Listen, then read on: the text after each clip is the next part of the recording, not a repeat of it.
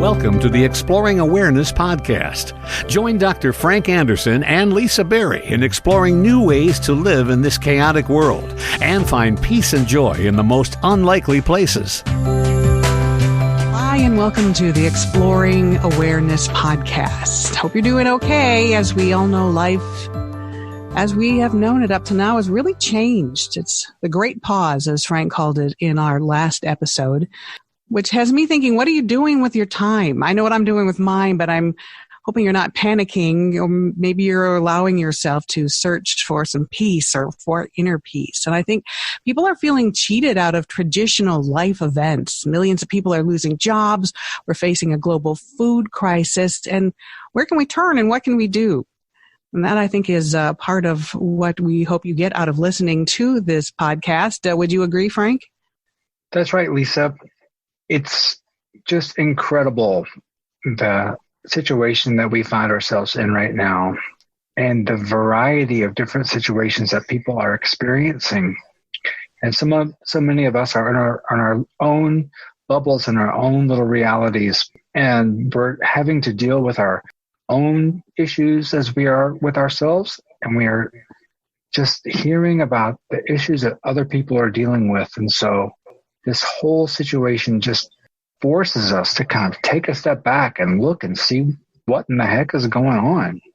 And I think you have a choice where you look or how you look or what you focus on. I know for me, I kind of went deep inside, and I'm fine being alone. I'm okay being alone, but I would prefer to co-create and feed off someone else's energy that makes it more enjoyable for me. But I've had a lot of alone time lately, and I think it's been good for me. I think it's helped me go deep inside and realize some things about myself and maybe what I could be doing to improve my life. So I feel like I've taken this forced alone time, again, for someone who was okay being alone but happier with other people around.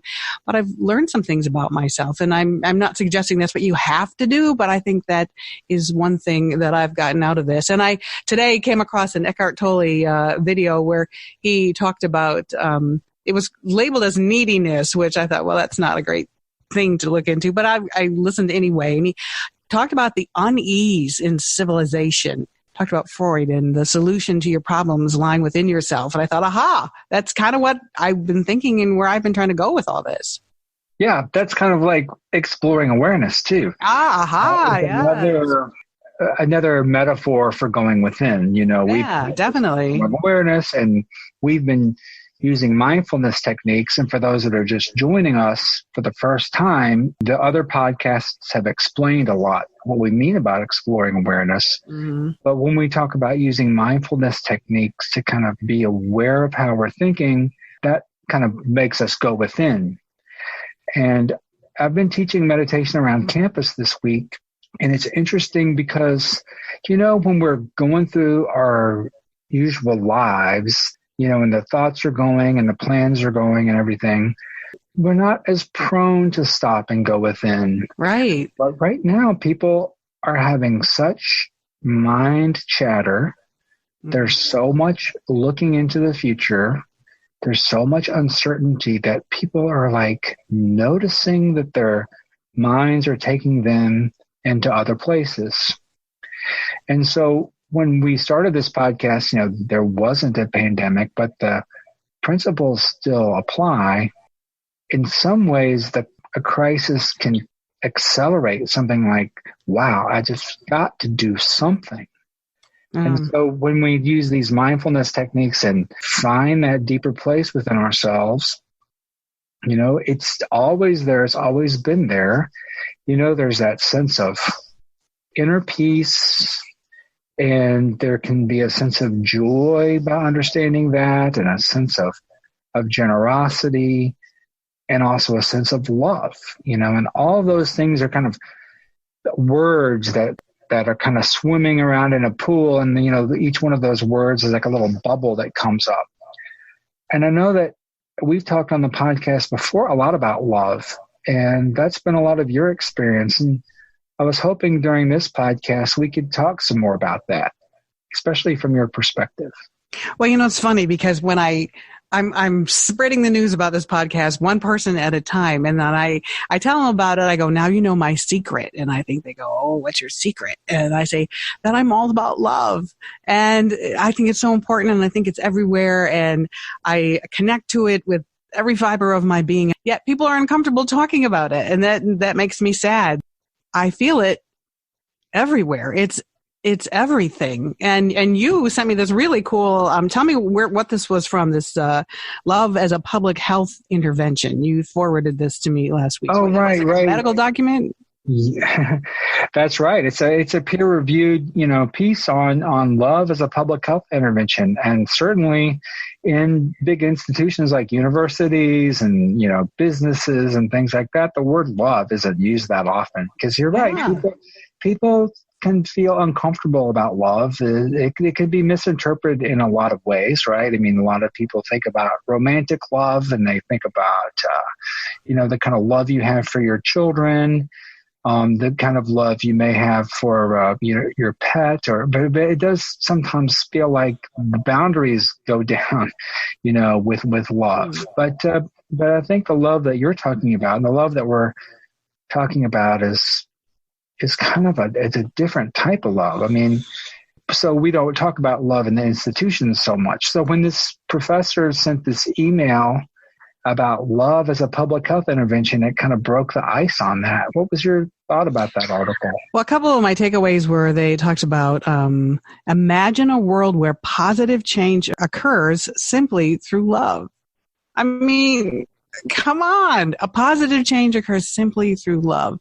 To me, that's like, it shouldn't be an uncomfortable thing. And then it talked about how developing strong individual and community connections, which, at the radio station where I work and every radio station where I've worked, and what I'm all about in my own community, in my own life, community connections builds a sense of well-being and reduction in the areas of interpersonal crime, domestic violence, and substance abuse. Love as a context within which we live may have powerful public health implications. Now, did you really need a document to explain that to you, or is that something that, you don't really discuss in that world? Is it that rare?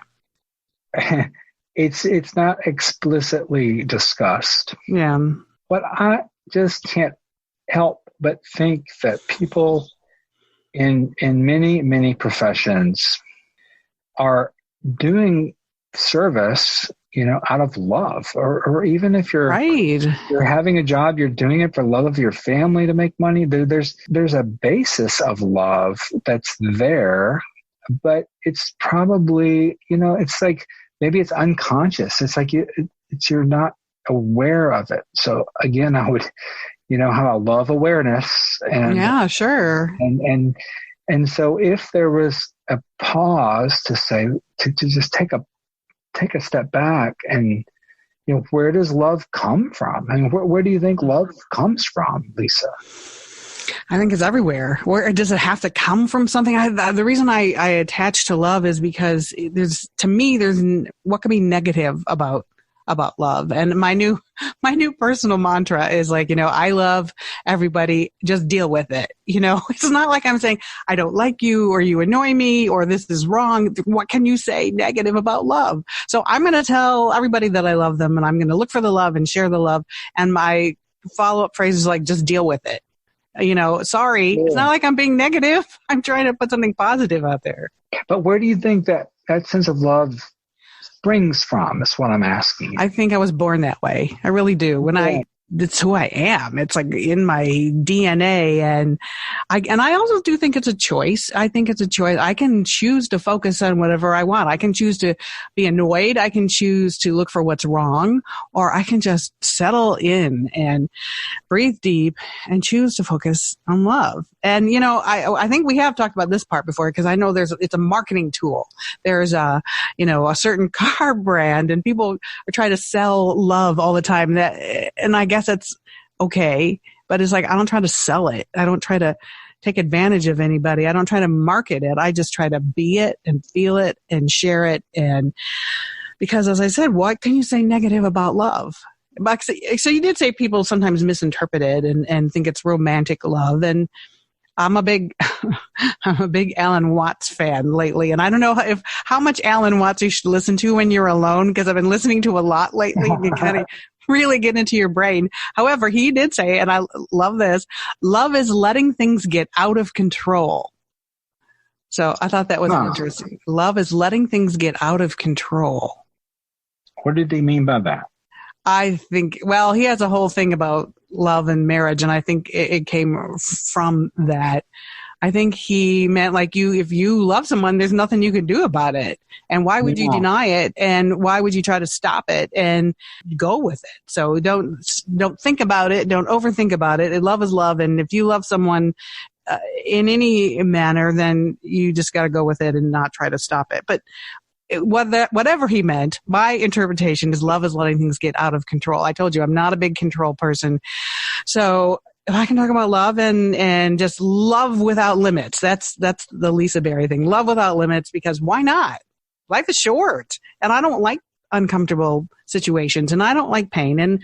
And this podcast and this conversation has led me to be more open about it. Here we are in the middle of a pandemic. None of us know what's going to happen next. I know I haven't gone anywhere to any store, or I'm even working from home for a month because I don't want to get sick, because I want to share more love, and I want to be able to put it out there, and I want to be well enough now that I've finally figured it out, and now I feel it's okay to share it.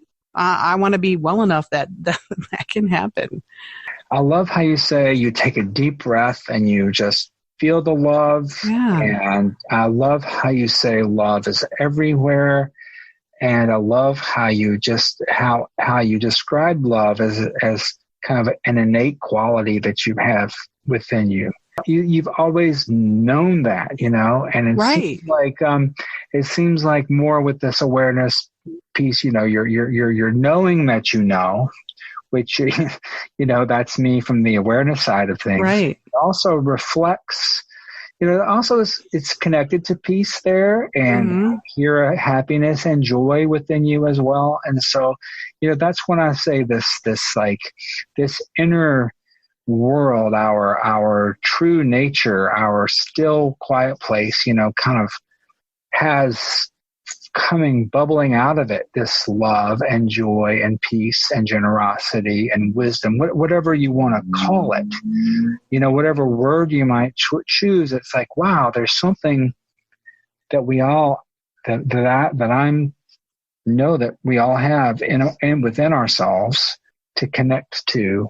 And then it gets expressed out in different ways. And you're expressing it quite a bit with love. I kind of express it more with peace and joy and equanimity and love too. But I don't have the same expression of love as you do all the time. Right. You're really driven by that innate quality. And peace and equanimity are good too. I liken those to character strengths. I think from what I've come to know about you, that you're a pretty strong person. And I think there is a lot to be said for not getting ruffled. And sometimes when you're just all about love, doesn't come out the way you want it to. It can be disturbing. Whereas I think peace and equanimity is you're strong, and you can always count on that. Can you always count on love? I think you can. I'm wondering what you think. Oh, of course you can. Yeah, and I think that all of those qualities are there, and with peace and equanimity, then unconditional love, it doesn't matter, how someone reacts to you, right? So that's the peace and equanimity part. So you express, you are your true self, nature, who you are. So, and on the first hand, I do want to thank you for this conversation and this process, and for allowing me to uncover that about myself. But you just said something, and I'm going to be honest. You mentioned unconditional love, and I don't think that's something I felt growing up at all. So maybe that's why I value it even more, why it's so important to me to share it, because I didn't get it, and I want other people to get it. So what do you think of as unconditional love? I don't know. I feel like a mother should have unconditional love for a child, but perhaps the mother is so wounded herself that she's not capable of that. But I can't say as a child I felt unconditional love. So maybe that is why it's more important to me, that because I didn't feel it, I want to make sure everyone else feels it. Well, there is conditional love. Some people are raised to think that if they act a certain way, then they will be loved. Yeah. And if they don't act a certain way, they won't be loved. Yeah. And people are raised to think, well, if I don't do this, or if I do this, then I'm going to be punished, and I'm going to go to hell or something like that. And so we do live in a world that sometimes makes love seem conditioned upon certain behaviors, believing certain things, and agreeing to kind of a contract. And if you don't believe that, you may not be loved. And I think that that's a really complicated thing that some people leave from their childhood with. And when we're doing these meditation practices, and I had the same experience. I had a very loving family, but there was some conditionality to love as well. And there was unconditional love. But, you have to work through that and realize that true love is unconditional. And to be able to receive unconditional love, you have to kind of be able to love yourself. And these techniques and processes and meditations, to have unconditional love is so freeing. It's so wonderful to when you're no longer judging and no longer evaluating and criticizing and things like that, and you being yourself and other people being their selves. And then in that love, there's healing, and with unconditional love, there's healing. Well, you said something really important about loving yourself. And, to me, that's sort of along the lines of self-compassion. I think I have not an easy time with self-compassion, but I have really learned, and this is, again, self-taught, and probably got to this spot before we started the podcast, that how important self-love is. Well, do you think self-love is easily achieved? Well, I think it for some people it is, and some people it isn't. It depends on your conditioning, and the circumstances in your life. And I think that when you're younger, it's, young people aren't necessarily meditating or pursuing this kind of practice.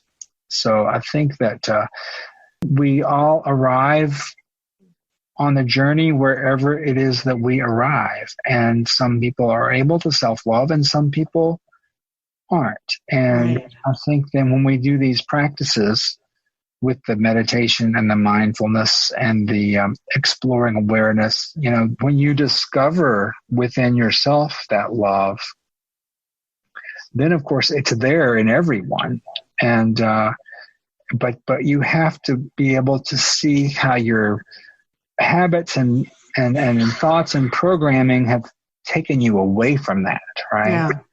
So I'm not saying it's easy. I don't think it's necessarily easy. I think it takes some time and effort and focus.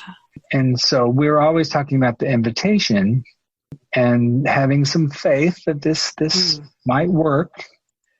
That returning home, returns to your innocence. You return to your true nature, which is love, like a little baby's love, and that your true nature is inherent within you, and love is a big part of that.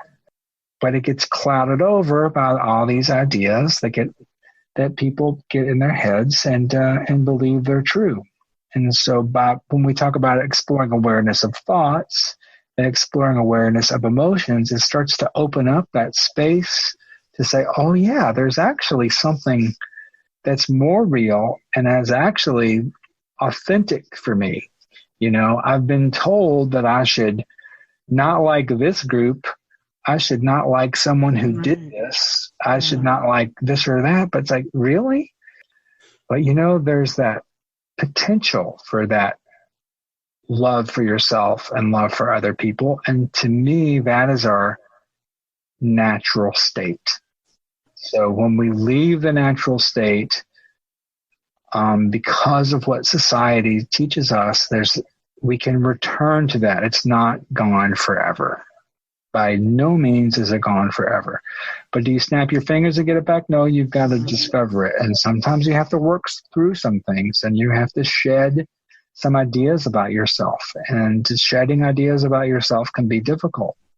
But God, we're in the middle of this, everything being shed right now. So that's why this situation where we're shedding already, let's just keep shedding, and let's create a world where people understand unconditional love. And that to me is my hope. And love for themselves. I mean, we have all this time, and as I said at the beginning of this, as I've been spending that time going inward and exploring myself, really, and with listening, obviously we have these conversations and trying to meditate and absorbing all these great minds out there. It's not easy. It's, I don't think people necessarily want to feel more uncomfortable right now because of everything happening, but I see it as I'm not leaving the house. I'm not really going anywhere. I'm not interacting with a lot of people. So I'm going to go into myself and I'm going to figure some stuff out.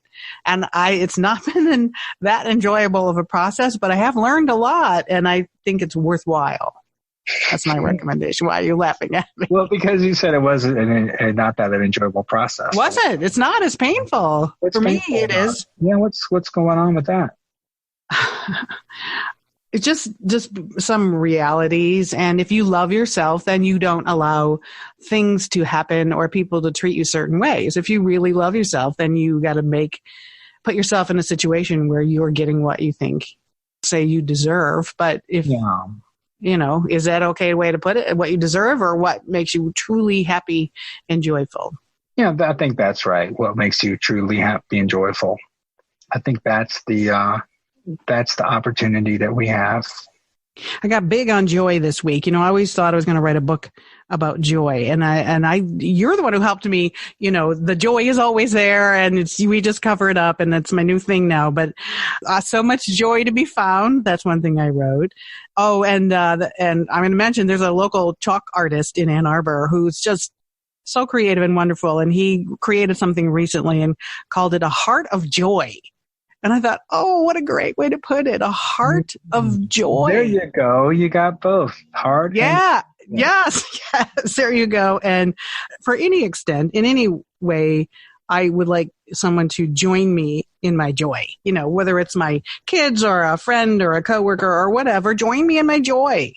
Because I like to share. As I said, I'm not a one person. I'm a sharing person. So if I connect to the joy and the love, I want to share it, and I want other people to feel it as well. Because maybe I went through times where I didn't, and now when I do feel it, I think everyone should feel this. But it's not my job to tell anyone how to feel. But as you told us, the joy is always there. We just cover it up, right? Now here is the problem. Oh no, a problem. And this is a real challenge. And so we can talk about joy and love and peace, but right now, people are losing their jobs. Yeah, I know. People are dying. Their family members aren't able to be with them. There's like so much disruption and misery and suffering out there. Yeah.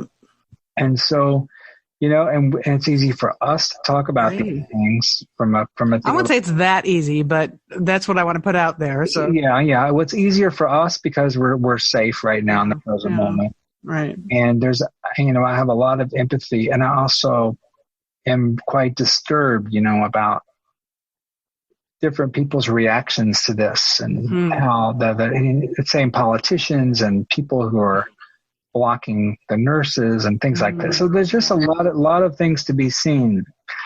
I fortunately have not lost my job, but I know people who have, and I know people who have lost family members.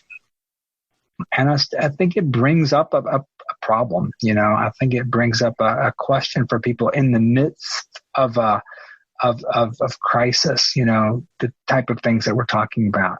How do you think that applies to them? I think, I hear you. I do the news all day long. It's like my lead story is how many people died today and how many more cases do we have? And it's tough. So I'm very aware of the reality of everything that's happening right now. But at the end, when it's over and I have a moment to myself and I can go deep inside, I can still find it and feel it on my own. So I think that's kind of the lesson. I told you, I woke up this morning and heard 25 million people applied for unemployment, and now we're having a global food shortage crisis. And I think, how do I just sit here and not do anything to help other people? If I feel like I should, and I know you have gone to like Africa to help with maternal mortality, and you have traveled the world to help people. And I feel like I should be doing something like that too. But then again, I also think that I can lead by example. I can lead by showing people that as miserable as it is and as horrible as it could be out there, there is that, peace and joy in the most unlikely places. And that's deep inside yourself at a very troubling time in our world. And I don't take anything for granted, and I don't take anyone for granted. And I didn't before this, and I don't now, and I won't after, but I've learned that the hard way through my life. So yeah, I understand people are suffering and out of work and wondering where their next meal is going to come from. And then for me to sit here and go, well, love is everything and joy is everything. I get it. It's not easy, but if I have it, I want to share it. And that's why we do this podcast. I think that's right. That's healing. That's healing for people. That's healing for people. And I think that if someone out there is in a difficult situation, it's harder to access that place, but it still doesn't go anywhere, and I just, sometimes I wonder, and I've been sick before, and it's hard to not want to resist, pain and sickness, right, and mental, anguish from money issues or health issues. But I think that, in this present moment, you can suffer or you can have pain. And one of the sayings I learned at the Buddhist temple, they said was, pain is going to happen, but suffering is optional. And so when we talk about, so if you're aware of your pain, right, you're aware of your situation, you're aware of money problems, in this present moment. If you're stopping to meditate, if you have, let's say emotional pain from financial problems, well, you add on top of that worry, and you add on top of that regret, and you add on top of that fear, right? And so if you gave each one of those qualities 10 points, if they're all coming at once, it's like 10 times 10 times 10 times 10 times 10, like 10 to the fifth. But if you can sit mindfully and know that they're there, then it might be 10 plus 10 plus 10 plus 10 plus 10, which would be a lot less than 10 to the fifth, right? And so then this being mindfully aware of each one of those elements, takes away that extent of suffering, and at least it has the opportunity to. And then perhaps with less of your mind in all these different directions, there may then be a way, like, what I'm going to say, to respond instead of react. And there may be another way out. There may be enough wherewithal to take the next step that you need to take, and that's about all you can do in that type of a situation. I mean, isn't that our ultimate goal, to try to keep it together, and get through the day and get to the next day and, make the best of it? And keeping it together is part of that is connecting to the part of you that is already together, that never went anywhere, no matter the situation. But again, it's easy for me to say, and it's much more difficult if you're in an impossible situation. Right. Well, do you think there is impossible situations? Oh, yes. Yeah. I've had patients with impossible situations. It breaks my heart. But, when people have difficult situations, I mean, not completely impossible, but difficult situations, and we're able to work things out, and increase access to care and connect to resources and things like that. There frequently is a way out, but I do think that there has to be a recognition that that's what has to happen. And I think it's easy to get just pulled away. It's like, okay, all this is going on, so I can't see the doctor and I can't solve my problems. But it's like, wait, stop. Let's just take a look at this. Let's look at it, each aspect. Let's start addressing it. And it's encouraging to me to know that there are a lot of bright minds out there all over the world looking for a vaccine or looking for a treatment. And I have to have faith in them that this is going to be resolved. Because I don't have I guess you have a choice, but going down the other road is not a road that anybody wants to go down, I don't think. If you think about, there's a lot of bright minds and there's research going on and someone's going to find a vaccine and someone's going to find a treatment and you have faith and hope that that's going to happen, then that's what helps you get through another day. That's how I look at it. Yeah. I certainly have faith and hope that there's going to be a vaccine and it will be safer to be out. Right. But Eckhart Tolle was saying, that, if you're not sick now, you're safe and healthy. That's where you are. But if you get sick, you'll deal with that. And, if you get very sick, you'll deal with that. I mean, there's not much we can do about it. If you lose your job, you'll deal with that. And, but if you haven't lost your job yet, not to worry about losing your job is suffering. Well, and for those of us who have seen life change in a minute and lose loved ones, I'm already acutely aware of how short life is. So here we are in the middle of it and it doesn't feel good. And if you let your mind go there, it can be very disturbing. But again, I don't want to even waste these moments going there.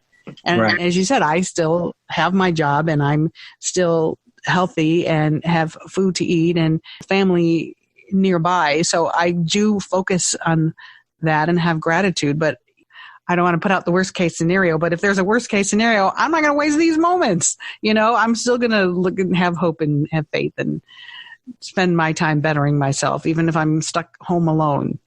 Well, that's all you can do, right? And This is a great opportunity to go within and to use this opportunity to come out on the other side in some ways healed. Inner healing. Inner healing. I like that. Yeah, inner healing. Well, okay, Lisa, is it time to meditate? I think it is. I think it's always time to meditate and going to give it my best shot. I'm still a work in progress on this, but I hear you about the benefits and I think it's really helpful at this time. Well, let me ask you, what is your intention for today's meditation? Find that place of inner peace. I mean, you tout that as one of the benefits of meditation all the time. And I want to find that place of inner peace. Should it be work or should it just meditation should make it happen? Well, it does involve practice. Okay. And some discipline, right? So tell me about that. What do you mean by I guess I'm not a big discipline person. Yeah. Well, how does that apply? It doesn't matter if you're a disciplined person or not, because that's an identity. That's kind of a thing you believe about yourself. But discipline only in that you do have to sit down, ideally every day, right? And you do have to make yourself do that. And then the other part of it is this: there's a certain aspect of concentration that you have to cultivate as well. And that's why, starting with the breath is a good way to do that, because, I don't want anyone to control their minds or stop their thinking, but there is a bit of concentration that happens if you can just concentrate on the tip of your nose or the air going in and out of your nose. If you can just concentrate on that and get that down, that's kind of the first step. And so that does take a little discipline. And when people sit down to meditate, their minds start going all over the place. I'm like, I can't meditate. My mind is going all over the place. Well, in a way that they know that their mind is meditating, but they don't know that they know, or they know that their mind is racing, but they don't know that they know. And the purpose of the meditation is to know that you know. So, your friend Alan Watts says, go on, who's the you that knows that you know that you know? Okay. Who is the you that knows that you know that you know? Right. right? And so everyone can think about that all you want, but the problem is the answer isn't a thought. The answer is knowing. You just know, or you feel it, or there's no answer to that question except to be in that place of knowing. So who is the you that knows that you know that you know? What's the answer? It's like, so if you say you know that you can't meditate, well, you just don't know that you know that you know. Well, who would say they know they can't meditate? Oh, I hear that all the time. They do? just say, well, I just can't meditate. My mind is too racy. Oh. I just got too much going on. My mind. So they know that. Okay. Right? They know, that your mind is racing, but you don't know that you know your mind is racing. If you knew that you knew your mind was racing, that place isn't racing. Right. Oh, I like that. Mind that's racing. I mean, I understand. I've been there. I've had racing mind, and you sit down and it's like, I can't do this. There's too many thoughts coming into my head, and I've got too much to do and all these things.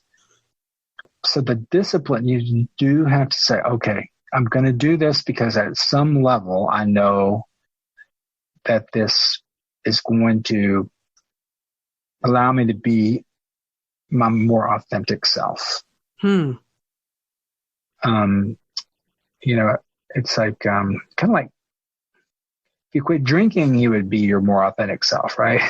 If you quit caffeine, you might be a calmer person. But that's not what we're talking about today. We're talking about just having the discipline to sit, even if it's for 5 minutes a day, and to have the discipline to follow your breath. So is that okay, discipline? Yeah, I liked how you said cultivate concentration. I'm focusing on that a lot. Yeah. Focus. Yeah. Absolutely. So from some place, so there also has to be an intention. And you said your intention was to find inner peace. And I would like the listeners to think, well, what is your intention? What would you like? Why would you sit down for the next 15 minutes and do this? Why?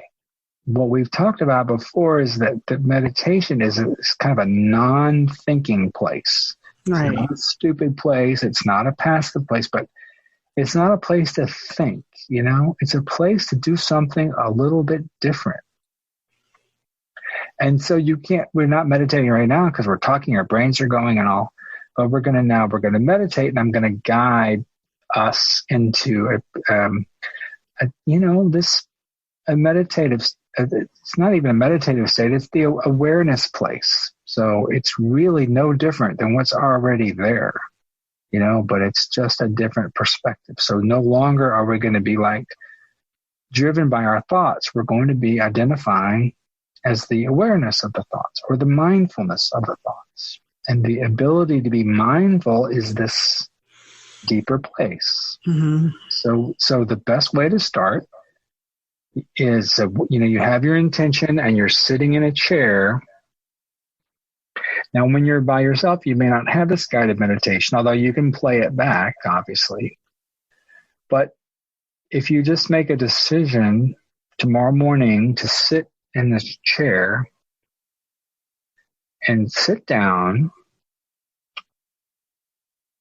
and look around, see where you are, and find yourself in your chair.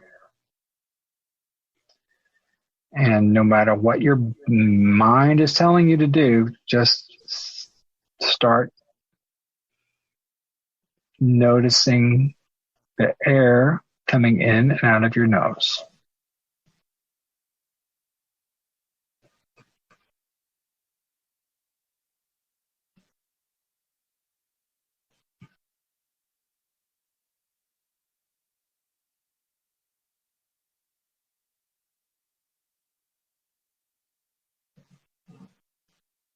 And either you're going to start to feel really calm, or you're going to your brain's going to go. But if your brain starts to go, see if you can just concentrate on the air coming in and out of your nose.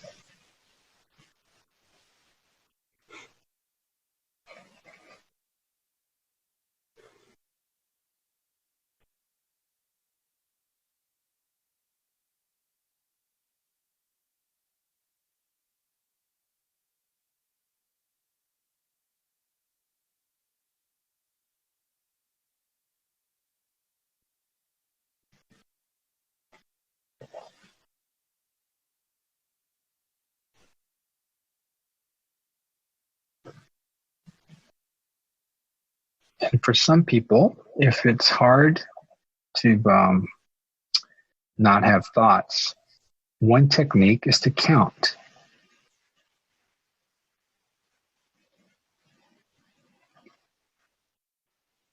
And so you start with 1,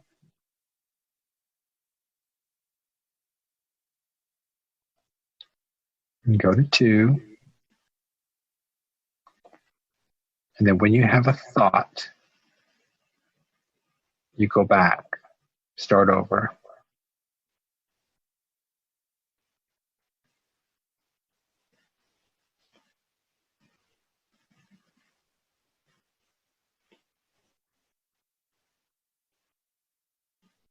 And see how far you can go.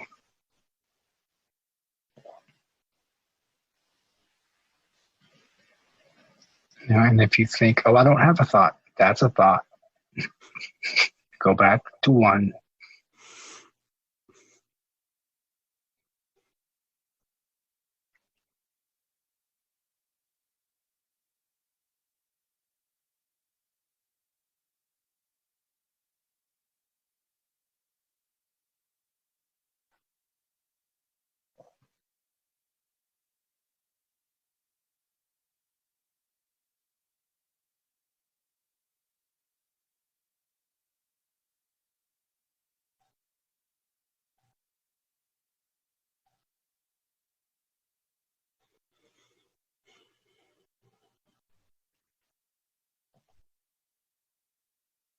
And if you get to 10, you can start over.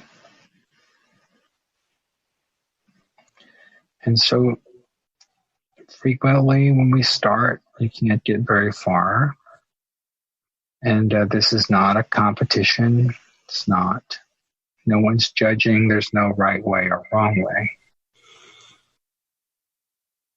And so that's not how we're taught. So maybe now you could offer yourself some self-love and compassion. And you start to notice, it's like, wow, my mind is really racing.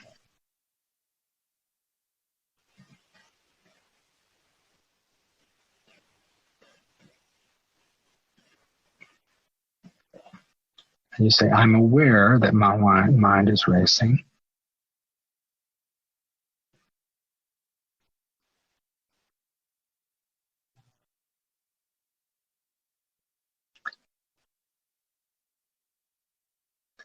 And then you might say, well, who am I that's aware?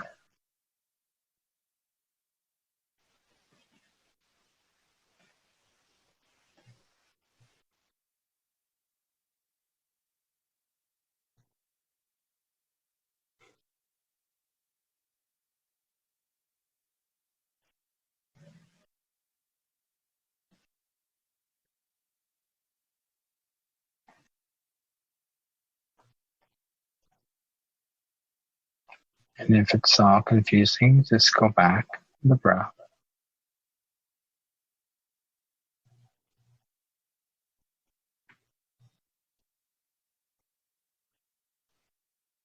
And just count your breaths again.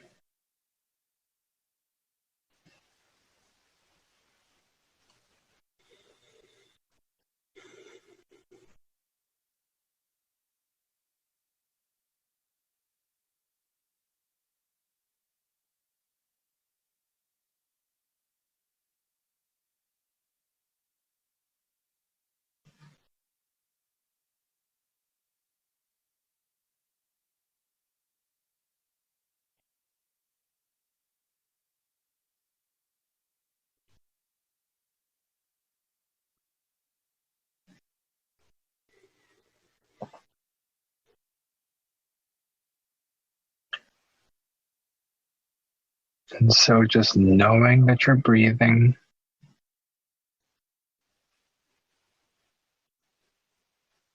being aware of your breathing,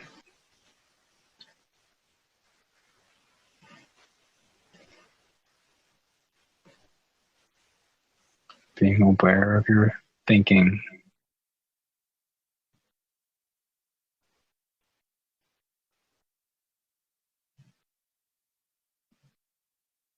After you practice this,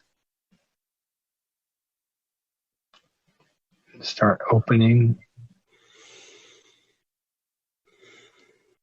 to something else beside your racing thoughts.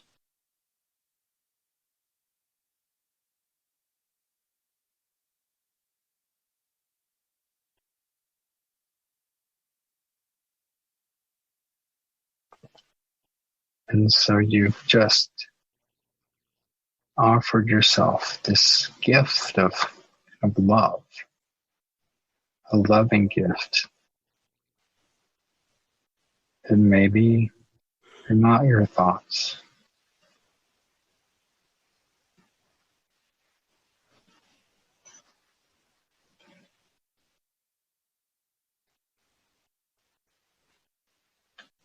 And maybe to discover this place will give you just a sense of joy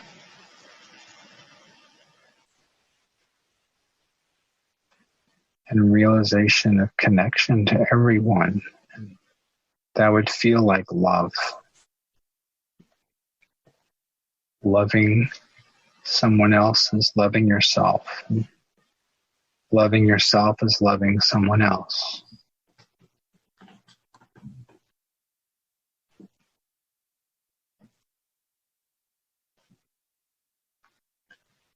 And all that other stuff is just stuff.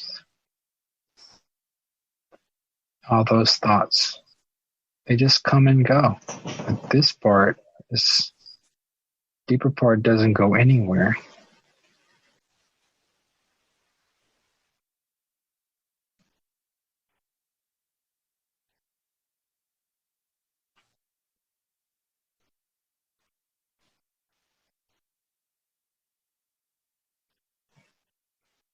And so maybe you get a glimpse of this and then go back to worrying about your situation.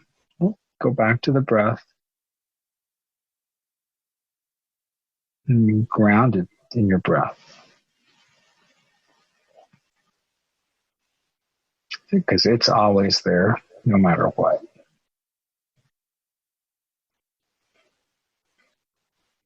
And let that be your entry point to awareness.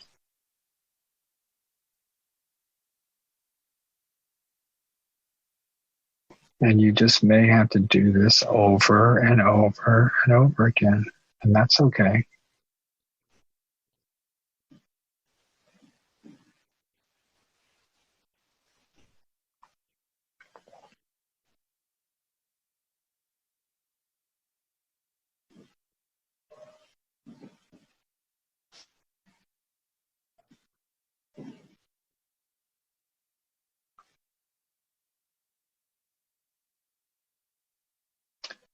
And you may see real difficult situations.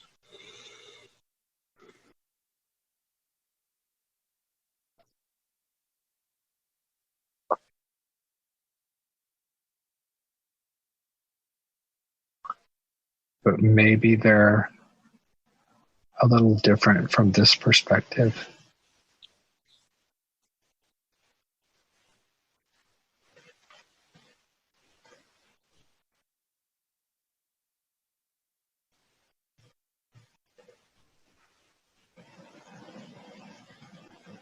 Or maybe just the breath gives you some relief.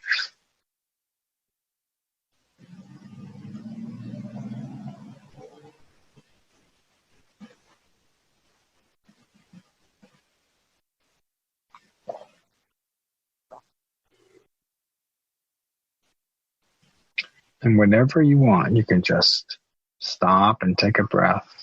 Just focus in.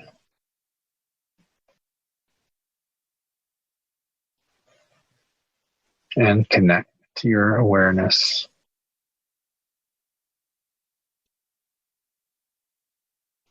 Connect to your stillness. Connect to these innate senses, these innate states.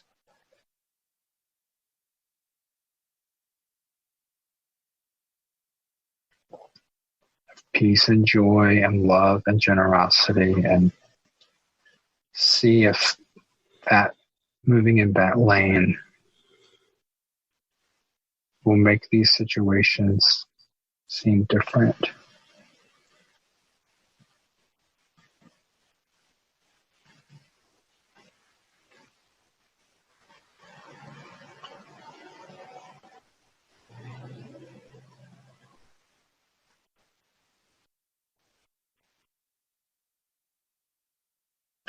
And your thoughts might be skeptical, doubtful, resistant.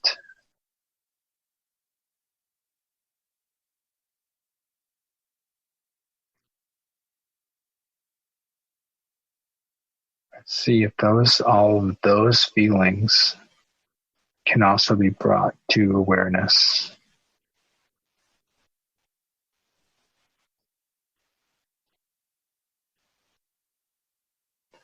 And maybe those will drop away.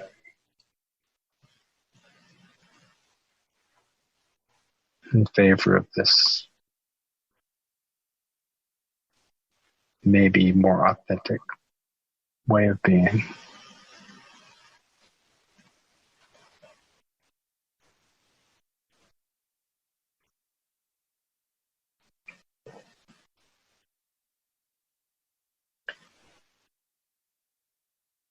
But if that's difficult, just go back to the breath and start counting again.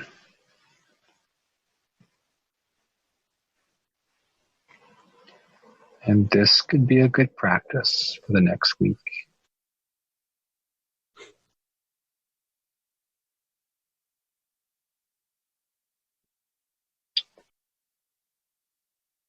So we'll take 3 breaths and open our eyes.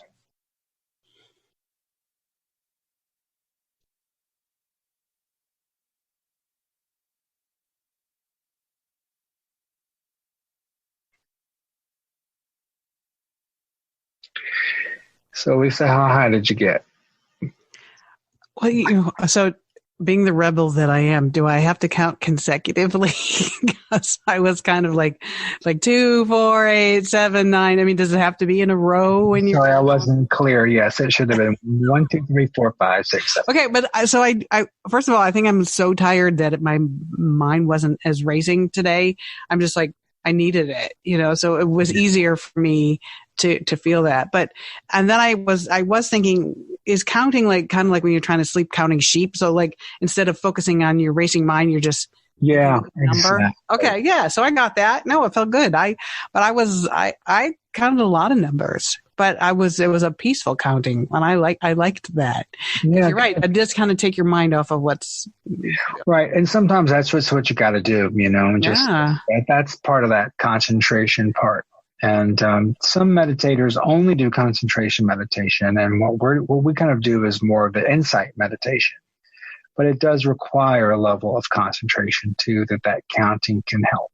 So that was concentration meditation? Well, counting is concentration meditation. I feel like it takes some of the pressure off of just trying to let everything go. You have a little something else to focus on. Yeah, exactly. And I think it's a great way to get started. When I started, that's how I started meditating. Oh, okay. When I was with the Zen people, that's how they start you meditating. And but when I was in Thailand, we did more of the insight meditation. So I really think it's a combination of the two. But I think that moving from the concentration to the insight, kind of like we did with this one, it's just I don't want people to think that they should get rid of thoughts or not have thoughts, because I really think that that exploring the awareness of thoughts gives you the insights that heal, right? And by just putting them all down, it doesn't work. I like the healing part. That's one of my favorite words and concepts and thoughts and beliefs. If I can have a belief, is that healing it happens, and it can happen. It absolutely can happen. And so, I was doing this meditation yesterday, and there was a psychotherapist on the call, and she's like, "This is just like psychotherapy." I'm like, "Oh, that's interesting," because in psychotherapy, people kind of look at themselves. And so that observer part is being evoked during a psychotherapeutic session. And so in the same way, we're like evoking this witness part, this observer part. Allows us to see how we tick. And the part that seeing is perfect, So that's it. And I shouldn't say perfect, but the part that's seeing is different, than the conditioned part. And then, like we talked about last time, there's also, another kind of realization of unity. And so, we talked about that. So there's just so much on the other side of thinking. And the Exploring Awareness podcast will keep going into that space, and we're going to keep providing some alternative ways and ways to find peace and joy in the most unlikely places. And heal. And heal. And feel the love. And so hello to all of our listeners all over the world. We can see you pop up. We have to say good day down something good day, down yes, under. We have a lot of us listeners in Australia. Yeah, How fun is that? App has got like a light blue shade on it because there's so many people. Yeah. So thanks for listening. And we're still looking for your emails, exploringawareness@gmail.com. We'd love to hear from you. If you have any feedback or anything you want us to discuss, or a situation, maybe you're having trouble with meditation, and we can help you out with that. exploringawareness@gmail.com. Right. And we have the exploringawareness.org website. Oh, yeah, that's right. The website. I got to work on that. Maybe I can put a comment box in there. People can comments. That would be really cool.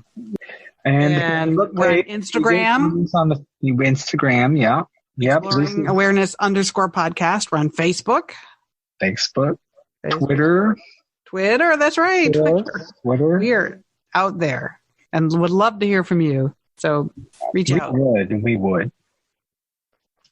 And if you have ideas for episodes for us to talk about, that would be really great too. Yeah. What can we help you with? What would you like to hear us discuss? Exactly. All right, Lisa. Well, final words. My final word is what I say to everyone when I talk to them now is like, just be well, stay well, be well, feel well. And, we'll all get through this together. Right. And that is my sentiment as well.